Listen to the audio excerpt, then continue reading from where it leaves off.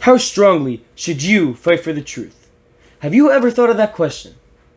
Well, in this week's parasha, the Parashat Toledot, this is the whole story of Jacob and Esau, the sons of Isaac and whatever, and very interesting stories and all that. And I know you guys were taught about it as kids and whatever, but let's look into something a bit deep about what goes on in this parasha. We know that, of course, Yitzchak, Isaac, his legacy was a legacy of essential truth all the time, right? We know that it was like that by Abraham also, because God is truth, and they were people who surveyed the teachings of God. So, what really should we be doing about the truth? How seriously do we have to do something that's just? You get me? Because sometimes we feel like, I don't know, should I really do this? I know it's just, and maybe it's, the right thing, but I really do it? Let me show you guys something. You see, one of the amazing things about Isaac was that at a certain point, the Pelishtim, the Philistines, they closed up all the wells that Abraham, Isaac's father, created with his servants. And what happened is Isaac comes back to them and he opens them up. He publishes them back and he calls them by the name that his fathers used. Isn't that amazing? Why? Because the Philistines, were a huge nation, controlled by Abimelech, and they were, Israel and whatever. But you gotta understand, he didn't care that they were such a great nation. He didn't care that they had such a great name.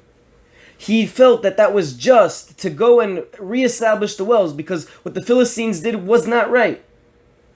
And he said to himself, I don't care what people are going to think. I don't care what the Philistines are going to think. I don't even care what the Philistines are going to do. They can't do nothing, because I am doing the just action of this situation, and that's all I need to care about, and that's all I need to think about. That was Isaac's legacy. And so that's why a person like Jacob was able to keep on that legacy. Even though Isaac was thinking, maybe really it should be Esau to do such. If you look at the traits of Esau, how does the Torah describe him? He was a guy who had Sayyid Bafiv. He was a guy who got a lot of game from animals. In other words, he just went and he hunted, and it was like one of his hobbies. Okay, that's nice. But how does it describe Jacob? It says, Yoshev Ohalim. That's the person he was. He was a guy who dwelt in tents. And you might ask yourself, what does it matter that he dwelt in tents? Well, first of all, this refers to the fact that he went and studied Torah. But, if I'm going to tell you, he dwelt in tents and whatever for a long time to learn Torah, you might say, that's the most boring thing I ever heard of in my life. Well, actually, it's not. Because when we look at Esau and the things that he liked to do and the things that he did, it shows a certain trait of superficiality to life. Because if we examine him for real, first of all, we know that he was a hunter. Second of all, we know that he took lentil soup and he traded the right of the firstborn for the lentil soup. That means he traded the right of the firstborn, which would give him the right to serve Hashem in the Bet HaMikdash, in the Mishkan, to do the main service that really the Kohanim later on do, the priests do, but he would be the father of all that. He would have that great zchut, that great merit, to having that sort of relationship with God. But he didn't care, and he sold it all for lentil soup.